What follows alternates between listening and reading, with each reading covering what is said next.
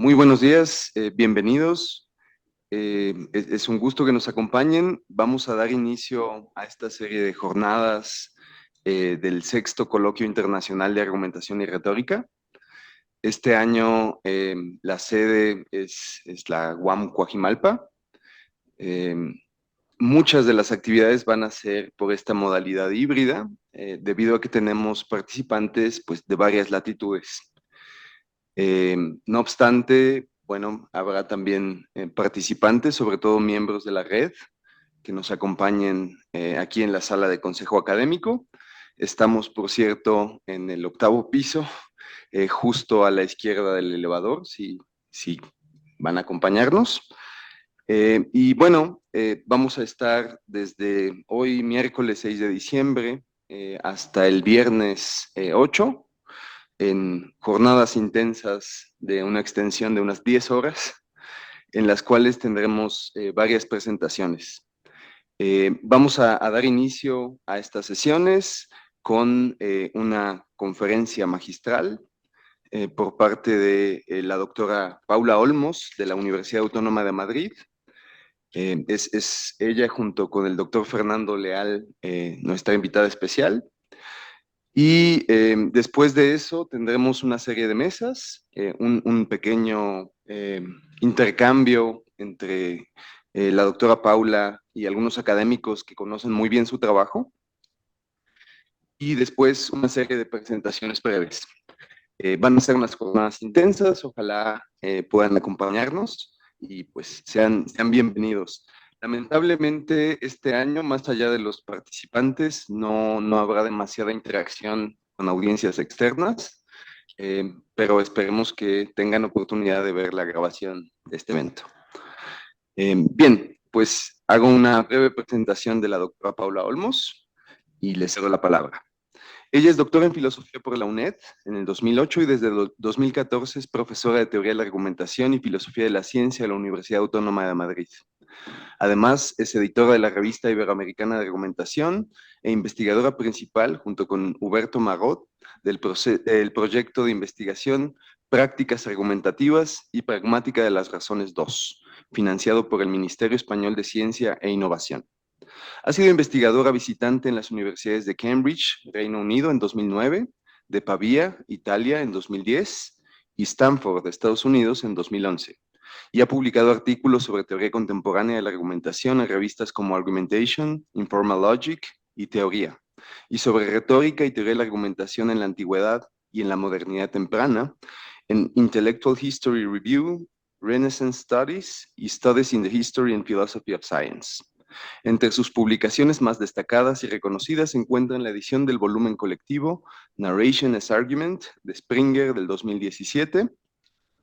Entre sus temas de investigación más destacados, en teoría de la argumentación se pueden mencionar el carácter argumentativo de las narraciones y su uso en contextos específicos, en la argumentación práctica y en la argumentación científica, las relaciones entre argumentación y explicación y el carácter metaexplicativo de los argumentos abductivos.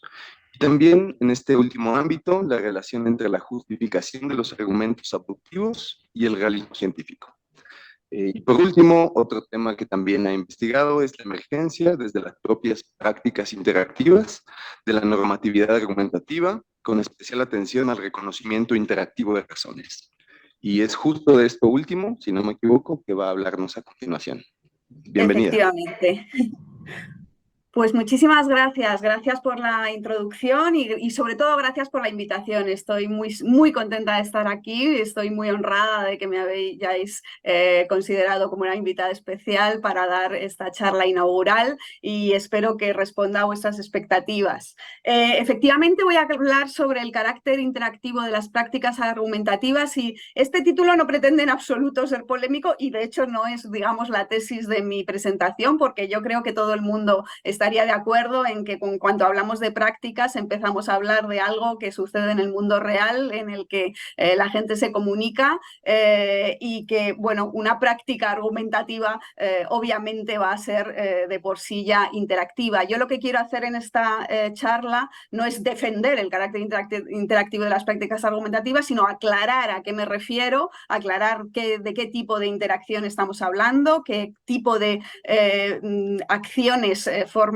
una práctica argumentativa y, eso sí, defender con un poquito más de polémica las consecuencias que yo creo que esto tiene para el tipo de teoría argumentativa o de teoría de la argumentación que podemos o debemos hacer. Y pasando ya un poquito a esto, yo trabajo en un grupo de investigación en el que están algunos de los presentes representados. Llevamos ya varios proyectos, el primero de ellos bajo digamos, la dirección de Huberto Magó y el segundo también bajo la dirección de Huberto Magó, aunque yo también me he incorporado, digamos, como co-investigadora principal a este segundo proyecto y tenemos por delante 4 años para seguir trabajando en esta idea de las prácticas argumentativas y la pragmática de las razones. Y partimos de la idea que aparece ahí de que la teoría de la argumentación es un estudio de las prácticas argumentativas. Puede tener partes más específicas. La teoría de argumentación puede también contener una teoría de los argumentos o alguna teoría, digamos, que no se refiera de una manera global a las prácticas argumentativas, pero debe tender a buscar una integración de todas sus consideraciones que lleve a esta idea del estudio integral de las prácticas argumentativas. Y las prácticas argumentativas serían, pues, prácticas comunicativas en las que participan varias personas y en las que se hacen todas esas cosas que aparecen ahí: dar, pedir, reconocer, recibir, criticar, contestar, rebatir, comparar, ponderar, afinar, conceder y atender a razones. El elemento que comparte todas estas actividades y todos estos verbos que he querido poner ahí, podría haber puesto más o incluso podría haber puesto menos y podría haber resumido en dar, pedir y examinar razones, que es lo que hacemos a veces, pero ese examinar quiero dejar claro que comporta todas esas cosas que aparecen ahí. Todo este intercambio de razones, construcción de razones, ofrecerlas, afinarlas, tratarlas y ver qué consecuencias tienen, es lo que conocemos como prácticas argumentativas. Y obviamente la pregunta es: ¿y qué es una razón? Ahí aparece una definición bastante estándar de razón, que está en la literatura más o menos conocida de la teoría de las razones: una consideración que favorece una determinada posición sobre un asunto debatido, pero que en este marco en el que quiero enfatizar el aspecto interactivo y no la idea de que las razones son algo que está por ahí por el campo y que llevan su vida propia, me gustaría, digamos, matizar añadiendo, digamos, estas cosas, ¿no? Una consideración presentada en un intercambio comunicativo, eso en primer lugar, como favoreciendo una determinada posición sobre un asunto debatido. Esta pequeña modificación lo que pretende es evitar la caracterización de las razones por medio de una definición que a veces se llama como un success term, ¿no? Como una definición exitosa de razón, que haría que dejasen de ser razón aquellas razones aducidas que finalmente no se consideraran suficientemente cogentes, ¿no? En este caso, la idea de que vamos a llamar razón a algo que simplemente se presenta como tal, aunque ulteriormente se deseche, lo que nos favorece es esta idea de la evaluación dinámica de razones. Conocemos esta definición de argumentar de Huberto Magó, que dice que argumentar es presentar algo a alguien como una razón para otra cosa. Es una definición muy útil y de la que echamos mano cuando trabajamos en teoría de los argumentos y en una parte de lo que sería la teoría de la argumentación. Pero para lo que voy a presentar hoy aquí es más útil la idea de que argumentar en un sentido más amplio, en un sentido más completo, es participar asumiendo diversos roles y haciendo diversas cosas, todas esas que están contenidas en los verbos que he colocado en la diapositiva anterior, en prácticas argumentativas. Participar en prácticas argumentativas es argumentar. Y quiero apuntar también que el concepto de práctica argumentativa, además de todas estas cosas que estamos diciendo, tiene también una cierta dimensión institucional, porque, claro, la argumentación se da en muchos campos y se da, tiene una cierta ubicuidad en nuestra vida discursiva, pero también es verdad que hay contextos en los que tienes más sentido argumentar, ¿no? En cualquier contexto discursivo, en cualquier contexto interactivo pueden surgir, digamos, pueden surgir discrepancias o pueden surgir perplejidades o dudas que den lugar a argumentos, hay intercambio de razones, pero también es verdad que en determinados contextos en los que los propios participantes son conscientes de que están inmersos en un proceso de toma de decisiones o en un proceso de investigación o en un proceso de, digamos, de establecimiento de la corrección de alguna pretensión, son contextos en los que se demandan y se esperan razones de una manera más específica. Con lo cual habrá prácticas argumentativas más o menos institucionalizadas o reguladas y otras que formen parte más de nuestra vida más corriente, pero digamos que interactúan entre sí. Y una advertencia, lo que se pide cuando se pide cuenta y razón de algo no es solo la explicitación de los compromisos ya contenidos en ese algo, sino, como digo ahí, la aportación de nuevos contenidos, de contenidos adicionales que supongan la propuesta abierta a discusión de nuevos compromisos. Si alguien en una situación de toma de decisiones señala, digamos, que mi opción es la A y le preguntas por qué tu opción es la A y te dice pues porque es la mía, obviamente no habrá argumentado. Si dice porque es la mejor o porque es la buena, tampoco habrá dado ningún tipo de razón. Ya se supone que cuando estaba diciendo que optaba por esa opción es porque la consideraba la buena o la suya. Si dice algo así como porque es la única posible, bueno, pues seguramente le preguntaríamos que argumentase por qué crees que es la única posible, pero en ese decir que es la única posible o es lo único que se puede hacer, lo que estaría es hurtando esa decisión al ámbito de la argumentación, no realmente argumentando. Entonces, siempre pensar que cuando damos razones no estamos buscando, digamos, un camino que nos lleve a, digamos, a concluir irrebatiblemente algo, sino que estamos vinculando ese algo con razones discutibles que serían consideraciones que lo favorecen, pero que no, de las que no necesariamente se sigue ese algo.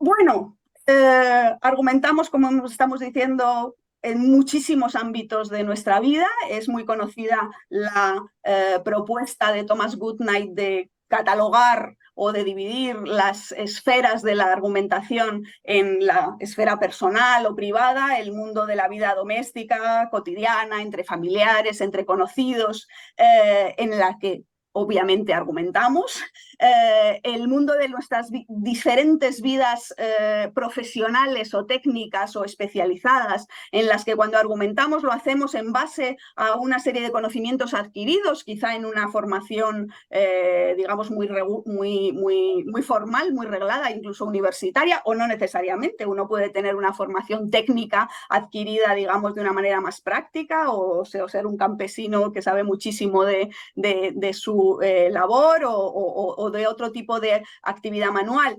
Ese mundo de la esfera técnica de la argumentación comporta todos aquellos espacios en los que argumentamos en base a nuestro conocimiento específico que tenemos de un área del mundo y en el que podemos aportar, digamos, un saber especial. Y luego el mundo de la esfera pública, en la que todos estamos llamados a participar y en el que, digamos, ejercemos eso que algunos han llamado ciudadanía retórica, el mundo de la política, política, de la opinión pública, de los medios de comunicación, de la justicia también, aunque la justicia también tiene ese aspecto técnico a veces difícil de participar. Pero en fin, en principio nos atañe a todos y en ese sentido no son ámbitos en los que se nos esté pidiendo un saber específico, un saber especial adquirido en una formación regulada, pero sí se nos está pidiendo que utilicemos un tipo de razones que son las que nos representan como ciudadanos, en el momento en el que nos ponemos, digamos, el gorrito de ciudadanos para tratar de hablar en términos del bien común y no, digamos, solo de bienes particulares. En definitiva, toda nuestra vida está mediada por prácticas argumentativas, pero las prácticas argumentativas son distintas entre sí y pueden llegar a tener, pero también a crear y a discutir diversos estándares de validez argumentativa. Recordemos lo que decía Toulmin en los usos de la argumentación. Lo primero que hay que reconocer es que la validez es una noción que existe en el interior de los campos, no entre ellos. Los argumentos de cualquier campo pueden juzgarse de acuerdo con los criterios propios de ese campo y algunos no los satisfarán, pero debemos esperar que los criterios sean dependientes del campo y que los méritos que se le exigen a un argumento en un campo estén ausentes, como es natural, en argumentos absolutamente meritorios de otro campo. Esta idea, yo soy muy afín a esta idea de la validez, del estudio de la validez y de la corrección argumentativa vinculada a prácticas específicas. Lo único que querría, digamos, matizar un poquito respecto de lo que dice Toulmin, que me parece que es un buen punto de partida como expectativa, esa idea de que debemos esperar que lo que funciona en un campo no necesariamente funcione en otro. Lo único que diría para matizarlo es que al considerar que existen también relaciones entre los distintos campos, podemos pensar que estos, como dice muchas veces Huberto Magot, forman una red de foros interconectados en los que a veces los estándares de un campo pueden influir en lo que sucede en un campo relacionado.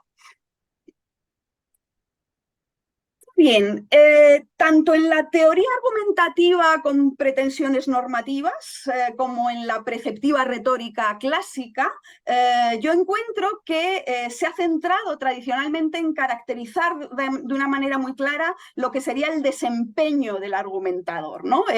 La idea de en qué consiste dar buenos argumentos, en qué consiste argumentar bien, o en qué consiste desde un sentido así más retórico, ordenar esos argumentos de una manera eficaz o cómo presentarlos, ¿no? También esos aspectos que tienen que ver con la elocutio, ¿no? Y esta idea de que desde la teoría de la argumentación o desde la preceptiva retórica lo que se pueden es dar instrucciones para hacer bien eso a quien hace solo una parte de eso, que es presentar un argumento, provoca este espejismo de que la instancia preceptiva y normativa está externa a la interacción, ¿no? Es el experto o el preceptor retórico el que indica cómo sería una buena actuación, que además es una actuación como simple, ¿no? Es hacer una cosa, es presentar argumentos. Sin embargo, si atendemos a lo que dice Jean Goodwin, que es una retórica y teórica de la argumentación norteamericana que yo considero muy lúcida, Jean Goodwin nos dice que la idea misma de razón, el concepto mismo de razón, encierra el ser algo que aspira a ser aceptado por los demás. Esto quiere decir que en este juego de dar y pedir razones, como he dicho muchas veces, el pedir adquiere una cierta prioridad sobre el dar, puesto que dar razones no es algo que hacemos, salimos a la calle y damos razones, o salimos al campo y vamos dando razones, sino que dar razones es algo que se produce en un contexto en el que tales razones se piden, se esperan. Normalmente existe ya una cierta expectativa sobre lo que va o no se va a aceptar o cómo se va a evaluar como razón, que, por supuesto, puede variar con el propio intercambio. Nos llevaría más bien, aunque por lo menos de una manera inicial, aunque luego pudiéramos seguir por otro lado, pero nos llevaría más bien a estudiar, definir y comprender qué es esto del rol normativo de los auditores. Vais a permitirme que utilice esta palabra auditor, que según nuestro diccionario de la lengua común, el DLE, de nuestras academias, este uso de auditor como miembro de un auditorio interlocutor es obsoleto, está en desuso, pero yo lo quiero volver a poner de moda porque me parece que es muy útil. Ahora mismo, si tú dices auditor en España, lo que quieres decir es auditor de cuentas, lo que ustedes llaman contralor, pero y en gran parte de América Latina se dice contralor, creo que en Argentina también se dice auditor, pero bueno, yo creo que podemos recuperar este uso que aparece en el DLE, aunque aparezca como obsoleto, y utilizarlo en teoría de la argumentación, ¿no? El argumentador y el auditor. Bueno, esta idea del rol normativo o evaluativo de los auditores es algo que no solamente he defendido yo, aparece, creo que descrita no exactamente ese rol normativo, pero esa importancia del rol del auditor en este libro magnífico de Christopher Tyndale, el The Philosophy of Argument and Audience Reception del año 2015, y bueno, les voy a leer esa cita. Es evidente, tal como se indicó anteriormente, que hacemos expresa nuestra naturaleza argumentativa afirmándonos, que ejercemos como argumentadores, pero aquí queremos sugerir que tal ejercicio solo resulta posible porque ya anteriormente hemos ejercido como auditores, porque vivimos plenamente la condición de ser auditorio. De acuerdo con esta idea, la de auditor es la experiencia argumentativa más básica y también nos sugiere que nuestra apreciación de la experiencia de ser argumentadores, de acceder a la práctica de la argumentación, surge de nuestra apreciación previa de estar en audiencia. Obviamente esta traducción es mía, ya que aparecen los términos que les he recomendado, pero les aseguro que es bastante fiel. Y pasando, digamos, a lo que decía en la introducción que yo pretendía hacer en esta charla. La idea es qué consecuencias tiene todo esto para nuestro campo de estudios. ¿Qué consecuencia tiene todo esto para la teoría de la argumentación? Bueno, pues creo que tiene ciertas consecuencias, o debería tener, o podría tener, o podríamos discutir si las tiene, para la concepción de la normatividad argumentativa y de si la teoría de la argumentación es una empresa normativa o si no lo es, o si lo es a lo mejor en un sentido distinto del que se ha considerado hasta el momento. Obviamente todos tenemos una preocupación normativa. Todos partimos un poco de esta idea de que cuando hablamos de argumentar, hablamos de una capacidad común, esta idea de que todos argumentamos, pero que sería una capacidad algo así como manifiestamente mejorable, por decirlo de alguna manera. Todos tenemos la idea de que nos gustaría que se argumentara a lo mejor o que querríamos saber en qué consiste eso de argumentar mejor o peor. Con lo cual, digamos, preocupación normativa tenemos todos. No sé muy bien si como teóricos de la argumentación o simplemente como argumentadores. Sin embargo, yo sostendré que el espacio en el que se mide, en el que se calibra este margen de mejora, este saber argumentar pero poder argumentar mejor, no es el análisis del externo del experto o del preceptor retórico, sino al menos inicialmente el interno del propio intercambio argumentativo. Que argumentar en ese sentido amplio en el que hablábamos antes, en ese sentido amplio que incluye todas esas cosas que uno hace con las razones cuando participa en una práctica argumentativa, es una actividad intrínsecamente normativa, constitutivamente sometida a crítica, y es decir, normativa desde el punto de vista interno y para los propios participantes en la misma. La preocupación por los aspectos evaluativos de la argumentación no proviene de que seamos teóricos de la argumentación o que seamos filósofos o que seamos retóricos, sino que proviene y se fundamenta en que nuestras prácticas argumentativas son prácticas en las que se nos pide que afinemos nuestras razones, puesto que no son razones que damos, digamos, de gratis o de regalo, sino que son razones que nos están pidiendo. Nos están pidiendo de tal manera que las razones, tal y como las entendemos en esta perspectiva, se conciben, se construyen y se ofertan para ser confrontadas por los demás, por esos demás, esos auditores, esos interlocutores, de los que esperamos su examen crítico y con suerte su aceptación, o a lo mejor su aceptación tras un examen menos crítico, pero por lo menos queremos que nos escuchen y en realidad sí querríamos que nos escucharan con seriedad, ¿no? y que su aceptación de nuestras pretensiones se basara en nuestras razones. Hasta el punto de que en el campo, en el grupo de argumentación en el que yo trabajo y digamos en este proyecto de la pragmática de las razones como fundamento de las prácticas argumentativas, estamos empezando a hablar de esta idea de la construcción dialógica de razones.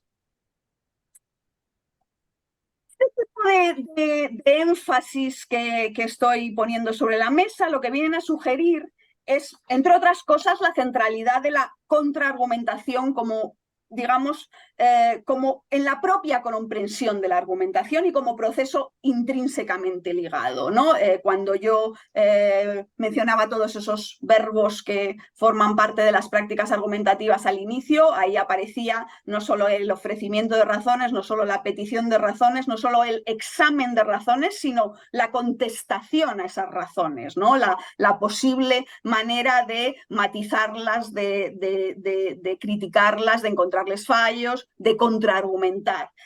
Ya Robert Pinto, este teórico de la argumentación de la escuela canadiense, hablaba hace ya mucho tiempo de este continuum entre argumentación y crítica argumentativa, en dos sentidos, en el sentido en el que yo estoy hablando ahora, de que toda práctica argumentativa comporta argumentación, contraargumentación y ponderación también, y también en la idea de que la contraargumentación no es algo distinto de la argumentación, ¿no? Sino que forma parte de la actividad argumentativa y es a su vez una práctica argumentativa. Nadie contraargumenta simplemente señalando un fallo en el argumento del contrario, sino dando una razón de por qué ha encontrado ese fallo, ¿vale? Dando, digamos, razones adicionales y de hecho nadie aceptaría, digamos, un juicio evaluativo que no se argumente a su vez cuando estamos, digamos, tomando parte en un tipo de interacción de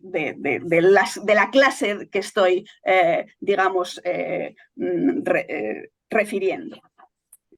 En ese sentido, nuestra preocupación normativa no solo abarca el desempeño aislado del argumentador, cuando pensamos en esa idea de que queremos que la gente aprenda a argumentar bien o que nosotros mismos queremos argumentar bien, sino estamos hablando de la capacidad de tomar parte en prácticas argumentativas dinámicas. Queremos aprender a pedir, a recibir y a evaluar argumentos y a ser capaces de dar cuenta y razón de esa petición y de esa evaluación. La idea, digamos, de que lo único que nos interesa es enseñar o conseguir nosotros hacer bien eso de dar buenos argumentos o presentar argumentos incontestables, se parecería, digamos, al entrenamiento de un jugador de tenis que consistiera únicamente en hacer saques o en hacer saques ganadores.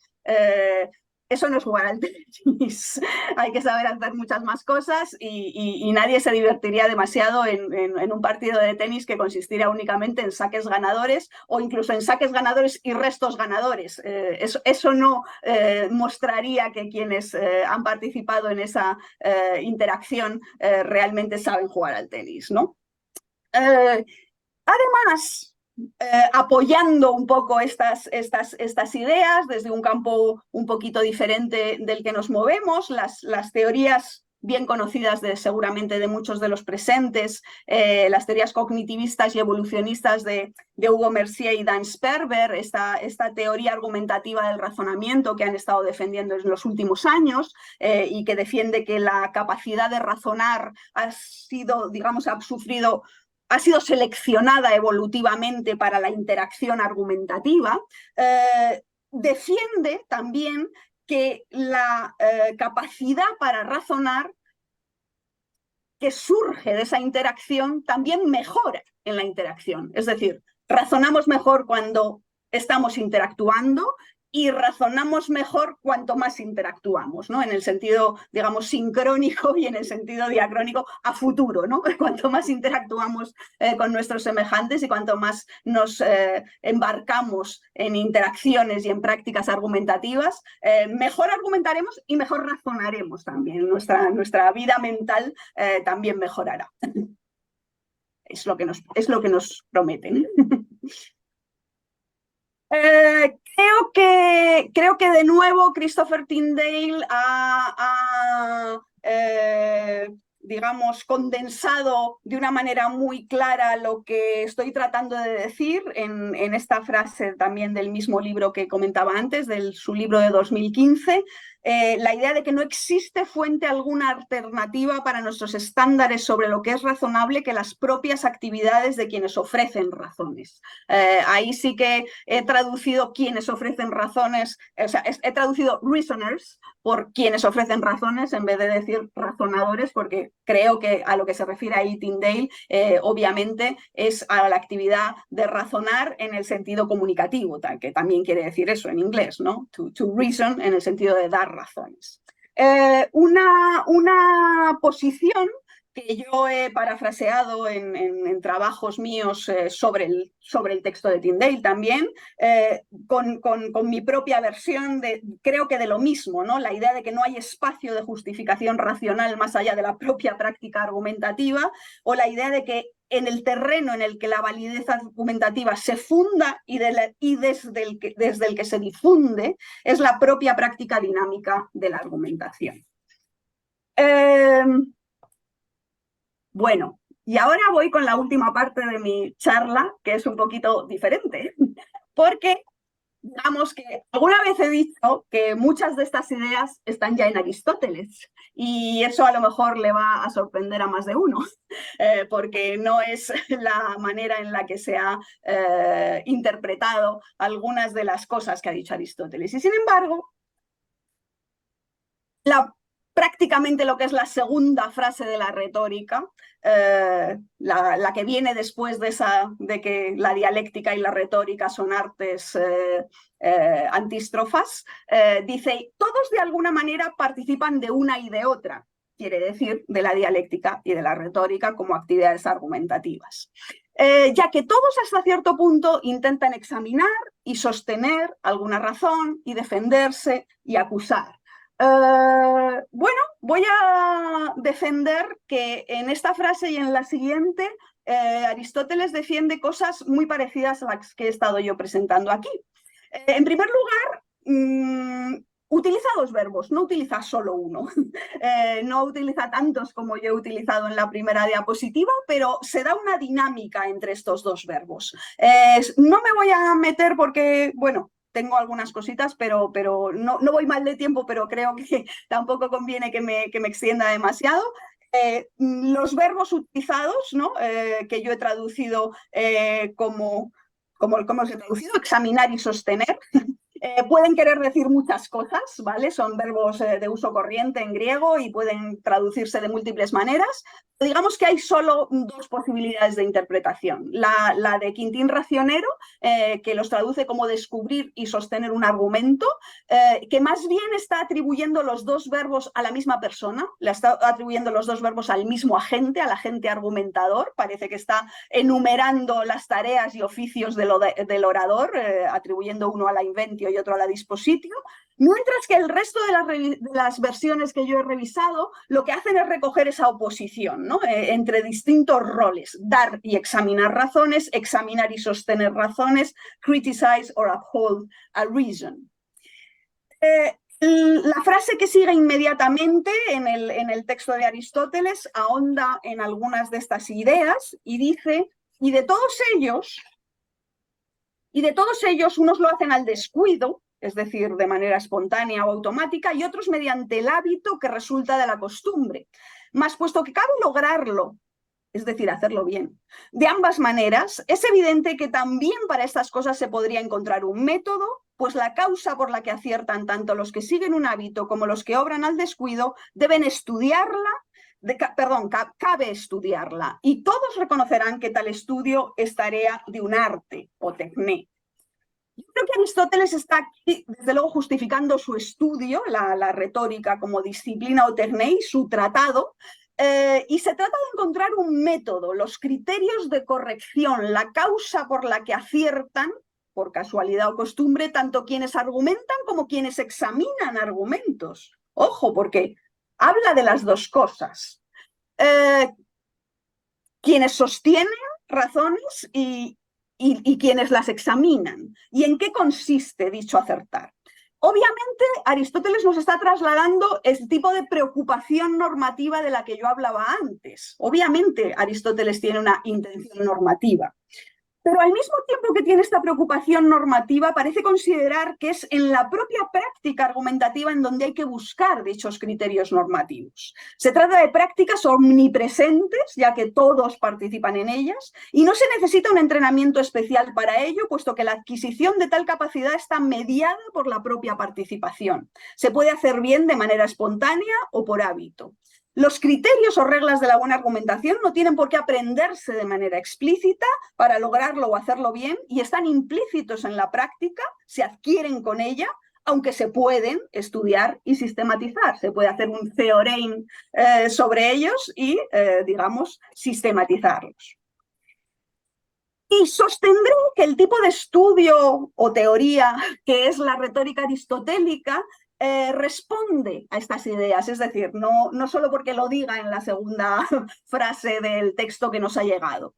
Estamos ante un teórico que acepta que va a teorizar sobre una práctica que ya está en marcha y trata de dilucidar las normas de una actividad normativa. No necesariamente prescribirlas desde fuera. Y asume que no es una actividad simple, que no es una actividad de tipo saque del tenis, no es una actividad que haya que entrenarse mucho para hacer muy bien una cosa, sino que es una actividad compleja, que no comporta la acción única de un individuo, sino la interacción de varios. Por lo que toda evaluación estará mediada por el propio juego interactivo, que será contextual y dependiente del mismo. Para terminar, solamente voy a comentar que en varios de los trabajos que tengo publicados en los últimos años, yo he utilizado la retórica de Aristóteles muchísimo y siempre dedicándome a una parte, a otra parte del texto aristotélico, he encontrado esto mismo. Cuando me he dedicado a las cosas que decía Marc inicialmente, a las que me he dedicado, ¿no? Cuando me he dedicado a narración y argumentación y he utilizado lo que Aristóteles dice sobre las fábulas clásicas, los ejemplos que da Aristóteles sobre uso de fábulas clásicas siempre están basados en ejemplos totalmente sacados, digamos, de un contexto en el que describe todo el contexto, en el que describe qué es lo que le han preguntado al orador antes de que él conteste con una fábula. Efectivamente, esa interacción está siempre presente. Cuando he tratado la cuestión de la ponderación de razones en el género deliberativo, que eso está en el libro segundo de la retórica, también me he encontrado con esta idea de que no hay, digamos, un listado cerrado de tipos de argumentos, sino que se trata de ver cómo esos argumentos luego pueden valer para meta-argumentar y ponderar sobre ellos. Y finalmente, teniendo en cuenta que dentro de un ratito va a empezar otra actividad en la que se va a discutir uno de mis textos últimos, lo quería traer aquí a colación porque también hago un poco lo mismo en este texto de definir para justificar y justificar para definir, que se ha publicado en el libro Los usos de la definición en la argumentación, coordinado por Cristian Santibáñez y Julder Gómez. De nuevo vuelvo a echar mano de la retórica aristotélica y de nuevo intento mostrar o creo que muestro que la parte en la que Aristóteles se centra en el tópico de la definición o en los argumentos basados en definiciones, de nuevo vuelve a tener un tratamiento del modo en el que damos razones, en el que tiene en cuenta permanentemente no solo el acto de dar una razón para otra cosa, sino el intercambio argumentativo en el que eso cobra sentido y abre posibilidades de discusión. Así que muchas gracias porque ya he terminado lo que quería contarles esta tarde.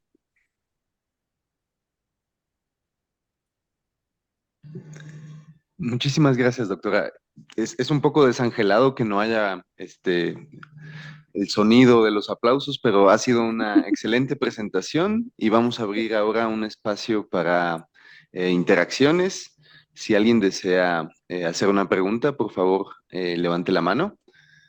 Por acá tenemos alguna audiencia también, un par de colegas. Acá hay una mano levantada. Marc, dejo de compartir y así tenemos más Eh, espacio. exacto, por favor, sí, así podemos vernos las caras en la transmisión. Mejor. Hola, Paula, soy Mario Gensolen. Siempre un gusto escucharte. Muchas gracias. Yo, yo tengo, mira, son tres preguntas muy breves, pero verás que las tres son relacionadas. Eh, Cuando hablas, claro, en esta definición de argumentar, de favorecer, ¿no? El verbo favorecer, ¿en qué sentido estamos hablando de favorecer? ¿No? Por ejemplo, hay un sentido estético, ¿no? Ese color te favorece, o un favorecer político, favorezco con mi voto un candidato. ¿En qué sentido estamos hablando de favorecer? Ahora, luego, las variaciones de estándares en la evaluación por campos, eh, creo que requieren un aspecto que sea común para decir que se varía, ¿no? Que hay una variación en los estándares de evaluación. Creo que Toulmin está pensando en los tópicos de Aristóteles. Esto lo escribí, perdón, antes de que llegaras a Aristóteles, y veo que en una de esas estamos de acuerdo en eso. Y en este aspecto, al menos Aristóteles es epistémico, ¿no? O a mí me parece que Aristóteles está hablando en un sentido epistémico. ¿Estarías de acuerdo con esa versión? Y luego, hay prácticas que incluyen de manera no necesaria la argumentación. Argumentar es algo que puede o no hacerse sin que por ello se nos imposibilite realizar alguna práctica en específico, ¿no? Cuando hablas de prácticas argumentativas, hablas solo de las que necesariamente incluyen a la argumentación o de toda práctica que puede incluir, aunque sea de manera no necesaria, la argumentación. O sea, se requiere atender a las segundas en el sentido que hablabas al inicio, para hacer una teoría de la argumentación o solo a las que necesariamente incluyen la argumentación. Y bueno, los criterios de evaluación, una cosa que decías al final, todas están relacionadas y verás que te la resumo en una pregunta al final muy, muy breve. Dices, los criterios de evaluación, ¿no? De justificación racional son argumentativos. Y yo entiendo que es una tendencia en teoría de la argumentación decir, los asuntos epistémicos tratémoslos argumentativamente. A mí lo que me preocupa de pensar los criterios epistémicos como criterios argumentativos es que, por ejemplo, eso cancelaría la posibilidad de que un razonamiento, no una argumentación, esté justificado. Y entonces, por último, en breve, es de qué tipo de normatividad estamos hablando cuando hablamos de normatividad en la argumentación, ¿no? Eso, yo creo que eso une todas las inquietudes que te comentaba. Y muchas gracias, Paula. Uf, no es una pregunta, son muchas. Yo sé, perdón. No sé si me ha dado tiempo a tomar nota de todas. Algunas son más fáciles que otras. Lo de las prácticas argumentativas que exigen argumentación y las que permiten o en las que podría surgir la argumentación, no me parece demasiado preocupante. O sea, obviamente la teoría de la argumentación puede ser relevante para todas aquellas prácticas en las que aparezca la argumentación, toda instancia en la que se argumente. Lo que pasa es que efectivamente aquellas prácticas que requieren de argumentación para ser reconocibles como tales van a estar siempre en el centro de la reflexión y van a ser una fuente mucho más, digamos, fiable en cierto sentido de nuestras propias teorías argumentativas, porque claro, digamos que en ellas se ponen de manifiesto algunos aspectos que son más centrales, ¿no? Pero vamos, no me parece demasiado preocupante si la teoría de la argumentación tiene que hacer caso a solo prácticas en las que es necesaria la argumentación o en toda aquella situación en la que aparece una argumentación. ¿Qué quiere decir favorecer? Pues puede querer decir muchas cosas, obviamente. Puede querer decir muchas cosas, pero obviamente no abrigo te favorece, ¿no? Sino quiere decir desempeñar algún papel en la justificación. Pero ¿qué quiere decir justificar? Obviamente puede variar de una práctica en otra. Que todas ellas estén ligadas a una megapráctica que sea la epistemología, que al final es de todas las preguntas que me has ido haciendo, creo que esa es la idea, ¿no? De que hay como una metapráctica argumentativa que es la epistemología en la que se deciden los estándares últimos, aunque haya otras prácticas que tengan otros subestándares, que además serían subestándar en cierto sentido respecto de los epistémicos. Bueno, yo no creo que esto sea así. Yo creo que la epistemología es también una práctica argumentativa y es una práctica argumentativa en la que se discuten ciertos estándares de argumentación, ciertos estándares de evaluación, que no necesariamente son los que se van a aplicar en todas las otras prácticas. Yo así lo veo. Y obviamente, seguramente en esto no estaremos de acuerdo y tendría que tener muchísimo más tiempo para desarrollarlo, obviamente. Pero muchísimas gracias por todas tus preguntas. Gracias, Pablo. Bien, el doctor Gerardo Ramírez. Bueno, pues realmente qué gusto enorme haberte escuchado, Paula. Yo nunca había hablado contigo ni me había dirigido a ti, pero estoy realmente feliz de poder hacerlo. Para mí lo que has venido a decir aquí es realmente un banquete extraordinario. Y bueno, yo creo que también esto surge porque pues estoy en coincidencia fundamental con lo que tú estás diciendo, o tal vez lo estoy, y eso es lo que quisiera ver si realmente estamos en coincidencia, porque has dicho varias cosas que me llaman la atención, sobre todo ya después cuando citas a Aristóteles, pero tu presentación como que podría dividirse en estas dos partes, ¿no? Sacando, diríamos, de una apódosis, un prótasis la primera parte y una apódosis la segunda parte, con Aristóteles. Entonces, en la primera, pues tú estás planteando una serie de observaciones sobre la actividad propiamente, yo diría, del teórico de la argumentación.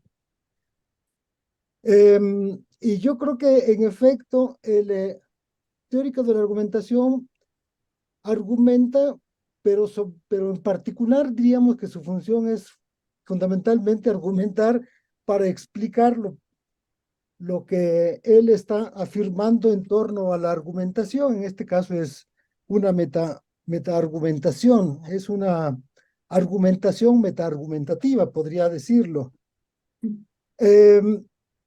Y yo creo que pues las teorías de la argumentación no tienen la finalidad de formar a buenos argumentadores, sino buenos observadores de los argumentos. Y en este caso yo diría, habría que ver cuántos teóricos de la argumentación, los más excelsos que pueda haber en Occidente, podrían vencer en las cámaras legislativas a quienes no han estudiado siquiera argumentación, y no quiere decir que argumenten mal. Y llegando a Aristóteles, pues yo lo que veo, y en ese texto, en ese pasaje que citaste, se puede ver muy bien, que pues Aristóteles no tenía como propósito en sus clases por las tardes, ¿no?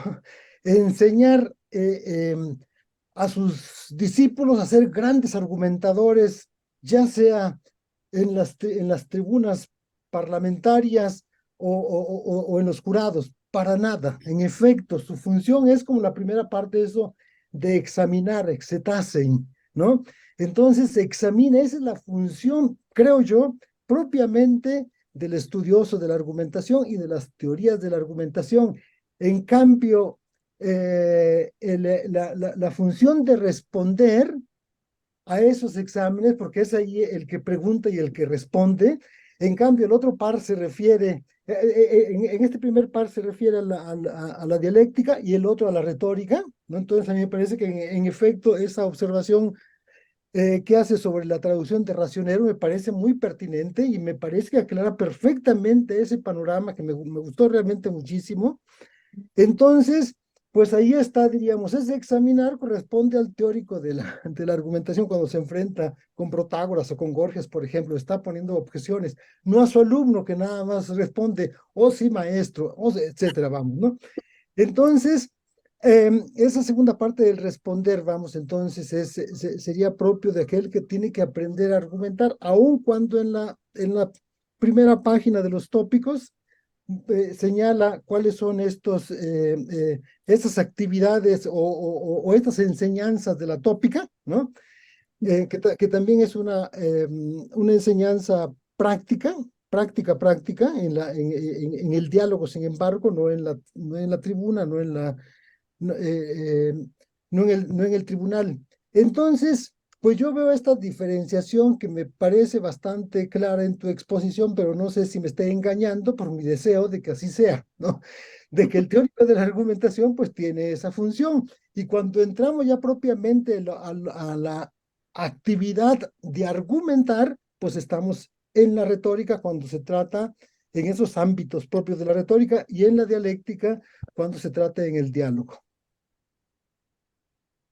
Bueno, muchas gracias muchas gracias por los elogios y muchas gracias por la pregunta. Es complicada, no me resulta fácil de contestar porque involucra varios aspectos. La pregunta también tiene que ver con qué es lo que creo yo que hace el teórico de la argumentación, ¿no? El teórico de la argumentación estudia las prácticas argumentativas, como hemos dicho casi al inicio, y ese estudio, hola Chris, hello Chris,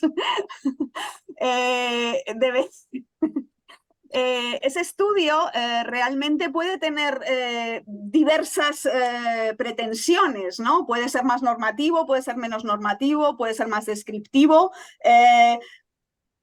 Y en cierto sentido eso es lo que he puesto en cuestión, ¿no?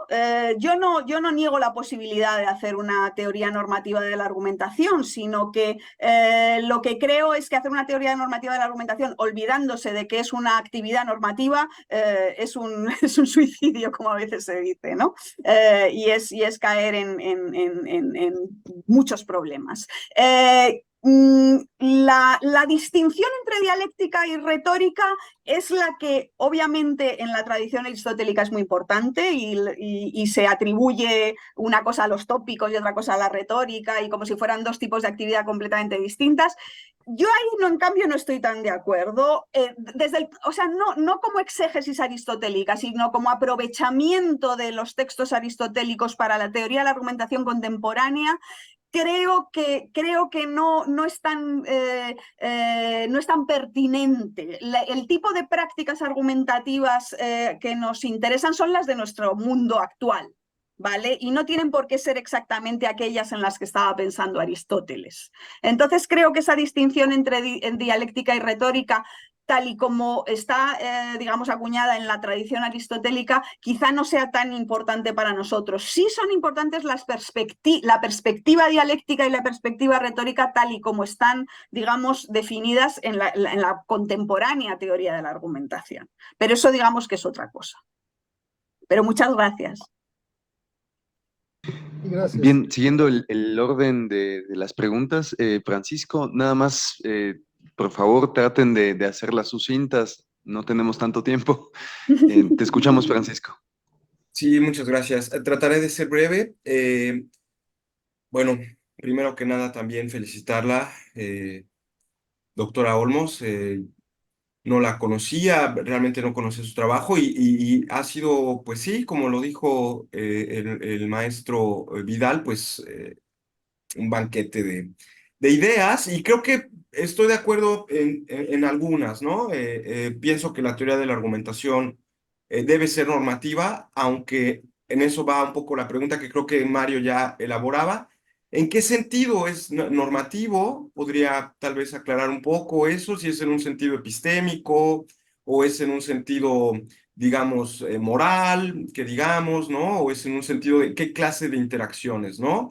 Son las que favorecen este mejoramiento, que digamos, ¿no? Y esa sería mi segunda pregunta, ¿no? usted afirmaba que la argumentación va mejorando en la medida en la que interactuamos argumentativamente más, ¿no? ¿Cómo sería este caso? Porque a veces pienso que enfrascarnos en argumentaciones no nos lleva demasiado lejos en términos de toma de decisiones, ¿no? Voy a tomar aquí la perspectiva más de Carl Schmitt, de filosofía política, ¿no? Bueno, ya estos parlamentaristas discuten y discuten, pero llega un momento en el que el tiempo es limitado y tenemos que tomar una decisión. Y a veces la decisión, pues, no tiene mucho que ver con lo que se argumentó. Entonces, parecería que es más efectiva, en algún sentido, ¿no? No tomar esa práctica o evitar ya o para ponerle un freno a esa clase de interacción para llegar a una deliberación, a una conclusión, a un acuerdo, etc. Esas serían, digamos, como dos inquietudes que me surgieron y pues felicitarla de nuevo y muchas gracias por su presentación. Pues muchas gracias, Francisco. La primera, bueno, no tiene una respuesta fácil. Es decir, ¿en qué consiste la corrección o la evaluación como adecuada a la norma de la argumentación?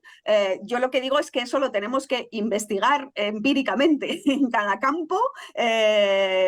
Y funcionará de maneras diferentes. No siempre van a ser los criterios epistémicos los últimos, puede haber criterios morales, hay gente trabajando en virtudes argumentativas y cosas por el estilo. No creo que haya una respuesta. Lo que considero es que el lugar donde decidimos cuáles son nuestros estándares de argumentación no es porque por una revelación divina, ni tampoco porque, digamos, haya una práctica única que lo decida ya de una vez y para siempre, sino que creo que es en la propia discusión en la que van surgiendo los estándares y en las que los vamos poniendo en común y decidiendo de vez en cuando sobre algunas cosas que tienen una cierta estabilidad para alguna práctica en particular, pero que muchas veces dejan de ser consideradas razonables al cabo de años por distintas razones, ¿vale? Cuando ha habido cambios pues en la ciencia de paradigma o cambios en las expectativas sobre lo que puede encontrar un determinado tipo de indagación humana, pues de repente cambian los estándares y no pasa nada. En eso consiste, digamos, lo que vamos haciendo.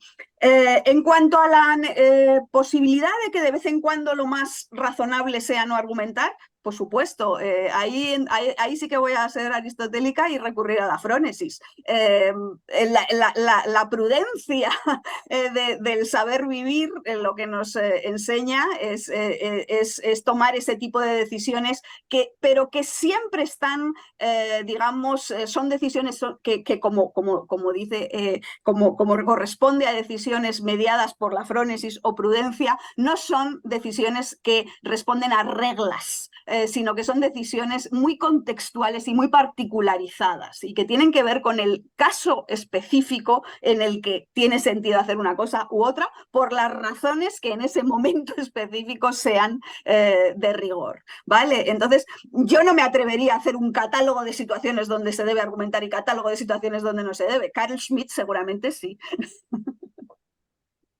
Muchas gracias. Gracias. A continuación, yo tengo anotado a Daniel. Por favor, la misma solicitud. Traten de ser breves y claros. Muchas gracias. En el chat tienes una solicitud. Sí, Hola. por ahí ya respondí. ¿Voy? Ok. Hola, Paula. Gracias. Muchas gracias. Muy interesante. Te quería preguntar rápidamente dos cositas. La primera es esa forma de expresar que nuestros estándares sí, que nuestros estándares hacen parte o son internos a nuestras propias prácticas argumentativas. como un asunto de justificación racional, que es lo que creo que estás diciendo, no hay espacio de justificación racional más allá de las prácticas argumentativas, no te está comprometiendo como con un estándar epistémico en esa medida, pues, de que estás hablando de justificaciones y no estás con eso, digamos, comprometiéndote, o si lo estás, no sé, con la idea de que pues, la función básica de la argumentación sería algo así como la justificación racional. Esa es la primera, y una segunda preguntita chiquitica es, ¿qué tomamos de la audiencia en términos normativos? Porque, digamos, por lo que te he escuchado algunas veces, eh, creo que tomamos de la audiencia como a esta audiencia que contraargumenta y esta audiencia que dice, bueno, tengo otro argumento en contra o algo así, pero esa otra audiencia que no contraargumenta, ¿qué tomamos de esa audiencia? Sí, pues, gracias. Muchas gracias, Daniel. Bueno, sobre la primera pregunta, bueno, yo me comprometo, si quieres, con que la función es la justificación racional. Ahora, ¿qué quiere decir la justificación racional? Quiere decir que la justificación en base a razones. ¿Y qué son razones? Aquello que decidan los participantes que lo son. Con lo cual, no necesariamente me estoy refiriendo a los estándares epistémicos tal y como los presentan desde determinadas líneas de la epistemología. Otra cosa es que cuando Toulmin hace su libro de los usos de la argumentación, dice que lo que está haciendo es epistemología. Entonces, en ese sentido, lo que está haciendo es la reforma de la lógica que necesita la epistemología, pero para reformar también la epistemología. Y en ese sentido, al final, bueno, pues mi última charla en Leiden también fue sobre esto y tenía que ver con que al final a lo mejor es que hay que hacer otro tipo de epistemología, también ligada a las prácticas epistemológicas o a las prácticas justificativas, que pueden ser más que las que la filosofía había soñado hasta ahora. En la segunda pregunta, oigo a tu director de tesis, a Christine Dale, que obviamente siempre tenemos esta misma discusión, ¿no? Él siempre habla como retórico y siempre está pensando en esa situación en la que alguien habla con un auditorio y aunque ese auditorio no conteste, aunque ese auditorio no interactúe, quiere, digamos, hablar de que hay un rol normativo, a pesar de que no contesta. Bueno, obviamente yo creo que cuando el auditorio contesta, el rol normativo está mucho más claro, ¿vale? Cuando no contesta, también puede haber un rol normativo, porque date cuenta que yo he colocado el rol normativo antes de la contestación. Yo he hablado de la petición de razones. ¿Vale? Incluso antes de que haya un argumento, si hay una petición de razones, si hay una expectativa de razones, entonces ya hay un rol normativo, porque ya hay una predeterminación de que hay algo que necesita ser, digamos, sobre lo que se necesita dar cuenta y razón, y sobre lo que se está esperando algo en relación con ciertos estándares que están presentes en el auditorio. Y obviamente quien habla a un auditorio absolutamente desconocido y de cuyos estándares no sabe nada, pues difícilmente va a poder interactuar con un poquito más de eficacia. Mientras que cuando se habla con un auditorio cuyos estándares conoces, pues obviamente, digamos, ese rol normativo, digamos que opera incluso de manera previa a que abras la boca o a que empieces a pensar qué vas a decir. Pero muchas gracias, Daniel. Gracias. Ya vamos un poco justo sobre el tiempo, pero José de Teresa, por favor, la última pregunta. Sí, gracias. Es que yo había levantado la mano antes, pero se quitó al conectar la cámara cuando pediste que nos viéramos las caras. Bueno, me resulta pues estimulante, obviamente, muy interesante su presentación, profesora Olmos. Mucho gusto. Lo que yo quería decir rápidamente es que estoy totalmente de acuerdo, digamos, en que la epistemología, yo soy epistemólogo, digamos. Entonces, es ella misma una práctica argumentativa, esencialmente. No tenemos, digamos, otra manera de resolver o de intentar resolver los problemas, ¿no? Más que dando y pidiendo razones, pero esto, digamos, yo tentativamente le propongo que podríamos decir, es una práctica que tiene un objetivo reflexivo.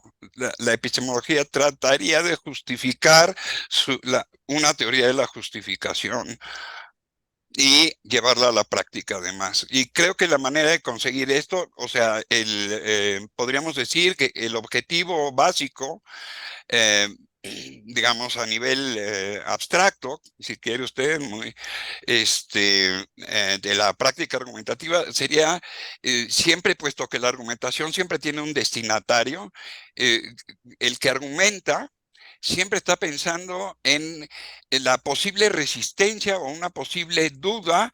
Hay que colmar un vacío. No, no necesariamente, porque a veces el docente está justo ante un vacío de opinión, pero el auditor no necesariamente va a ser pasivo, ¿no?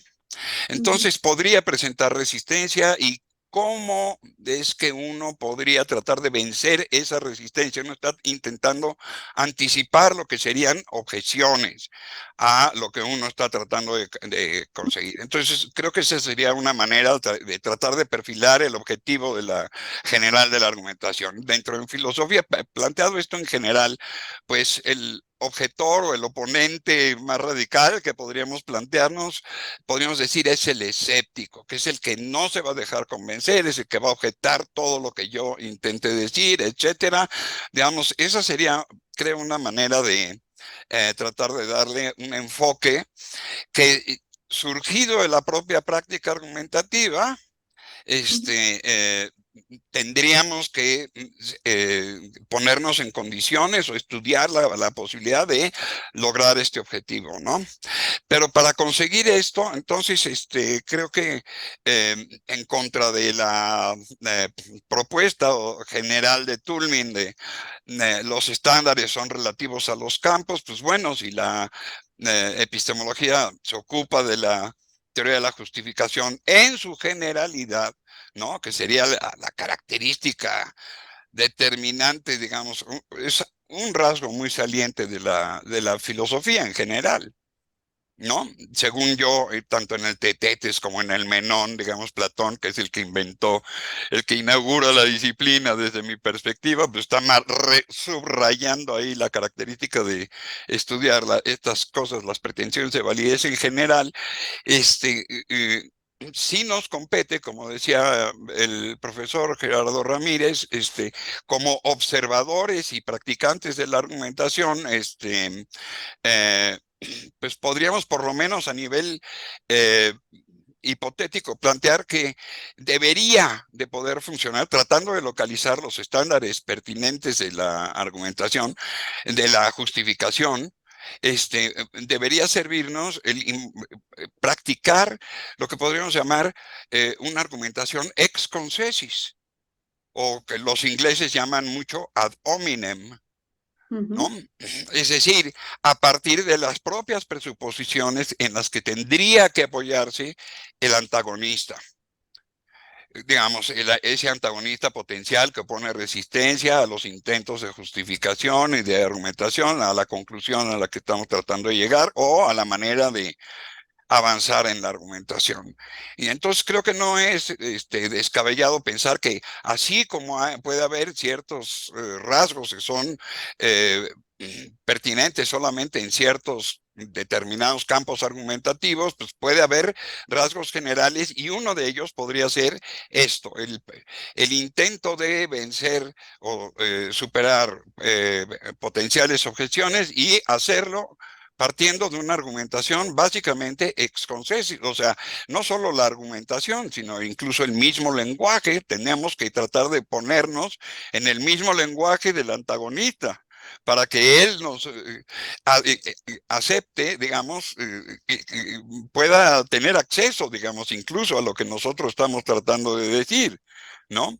Y entonces, y ese sería el misterio, digamos, del terreno común de donde podemos partir. En cada contexto hay que tratar de apoyarnos en las propias cosas que debería, porque este concepto de la argumentación concisa podría verse de manera, digamos, en un primer momento, de manera heurística, o sea, como algo que nos oriente. Intentamos presentar argumentos con bases concesis, pero al mismo tiempo, por otro lado, digamos, Platón es muy exigente y nos pide que verifiquemos que efectivamente estamos en el, Pepe, perdón, ¿podrías hacer un argumentando poco más de manera concreta la esconcesis. intervención? No, ya acabé. Que Gracias, efectivamente gracias. el otro acepta que él está presuponiendo lo que nosotros le atribuimos, ¿no? Bueno, entonces verificado empíricamente, pues, pero ya. Vale, muchas gracias. No sé si voy a poder contestar a todo lo que me ha comentado. Muchísimas gracias por todas las observaciones. Solamente decir una cosa. Bueno, Toulmin dice que los estándares de evaluación pueden ser diferentes en distintos campos, pero también hace una teoría general de la argumentación en la que hay aspectos que no son dependientes de campo, ¿vale? Hay aspectos que no son dependientes de campo y qué sea argumentar y la estructura de la argumentación y muchas cosas que dice Toulmin y muchas cosas que trabajamos en teoría de la argumentación no son dependientes de campo. Cuando hablamos de prácticas argumentativas en general y de la estructura de las prácticas argumentativas y que incluyen dar razones y rebatir razones, ya sea ex confesis o como sea, con una serie de estructuras que nos permiten, digamos, participar en ellas, eso no es dependiente de campo. Lo que puede ser dependiente de campo son los criterios evaluativos de la aceptación o no de determinadas razones y el modo en el que se fundamentan esas razones, ¿vale? Y de dónde proviene la fuente, digamos, de reconocer algo como una razón. Eso es lo que puede ser más dependiente de campo. Entonces, los estándares, ¿no? Claro, entonces, que la epistemología quiera hacer una teoría de la justificación general, pues ánimo. Ánimo, yo creo que sí, que lleva muchos años tratando de hacerlo y yo alabo el intento. También creo que hay veces que tenemos que decir, bueno, pues a lo mejor no lo conseguimos y es mejor empezar a pensar en una teoría de la justificación más acotada. Pero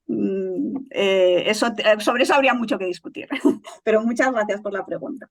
Y gracias a todos por todas vuestras preguntas.